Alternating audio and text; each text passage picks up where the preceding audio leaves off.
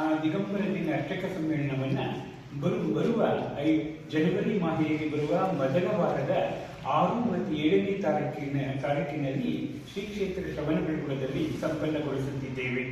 ಇದರ ಪಾವನ ಸಾನ್ನಿಧ್ಯ ಮತ್ತು ಮಾರ್ಗದರ್ಶನವನ್ನು ಪರಮ ಪೂಜ್ಯ ಸ್ವಸ್ತಿ ಶ್ರೀ ಭುವನಕೀರ್ತಿ ಮಹಾಸ್ವಾಮಿಗಳವರು ಶ್ರೀ ಕ್ಷೇತ್ರ ಕನಕಗಿರಿ ದಿಗಂಬರ ಜೈನ ಮಠ ಚಾಮರಾಜನಗರ ಜಿಲ್ಲೆ ಮತ್ತು ಪರಮ ಪೂಜ್ಯ ಜಗದ್ಗುರು ಸ್ವಸ್ತಿ ಶ್ರೀ ಚಾರುಕೀರ್ತಿ ಪಂಡಿತಾಚಾರ್ಯವರ್ಯ ಭಟ್ಟಾಚಾರ್ಯವರ್ಯ ಮಹಾಸ್ವಾಮಿಗಳವರು ಶ್ರೀ ಕ್ಷೇತ್ರ ಶ್ರವಣಬೆಳಗೊಳ ದಿಗಂಬರ ಜೈನ ಮಹಾಸಂಸ್ಥಾನ ಮಠ ಅವರು ಪಾವನ ಸಾನ್ನಿಧ್ಯ ಮತ್ತು ಮಾರ್ಗದರ್ಶನದಲ್ಲಿ 2 ದಿನಗಳ ಕಾಲ ಸಂಪನ್ನಗೊಳ್ಳುತ್ತದೆ.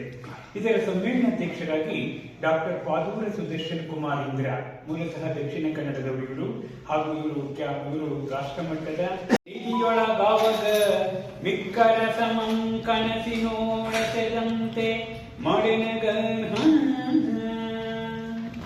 ಶಾಂತರಸ ಅತ್ಯಂತ ಶ್ರೇಷ್ಠವಾದದ್ದು.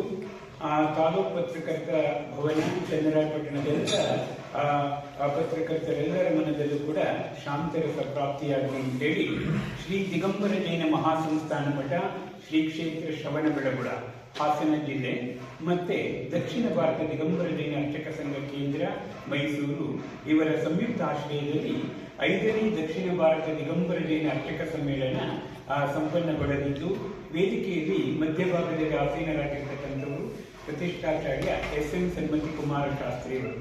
ಅವರು ದಕ್ಷಿಣ ಭಾರತ ದಿಗಂಬರ ಜೈನ ಅರ್ಚಕ ಸಂಘದ ಅಧ್ಯಕ್ಷರಾಗಿದ್ದಾರೆ.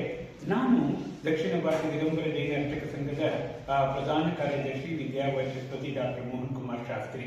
ಹಾಗೆ ನಮ್ಮ ದಕ್ಷಿಣ ಭಾರತ ದಿಗಂಬರ ಜೈನ ಅರ್ಚಕ ಸಂಘದ ಕಾರ್ಯಕಾರಿ ಸಮಿತಿಯ ಸದಸ್ಯರು ಪ್ರಶಾಂತ್ ಕುಮಾರ್, ಎಸ್.ಡಿ. ಪ್ರಶಾಂತ್ ಕುಮಾರ್ ಅವರು ಕೂಡ ಈ ಪತ್ರಿಕಾಗೋಷ್ಠಿಯಲ್ಲಿ ಹಾಜರಿದ್ದೀವಿ. ಈ ಒಂದು ದಕ್ಷಿಣ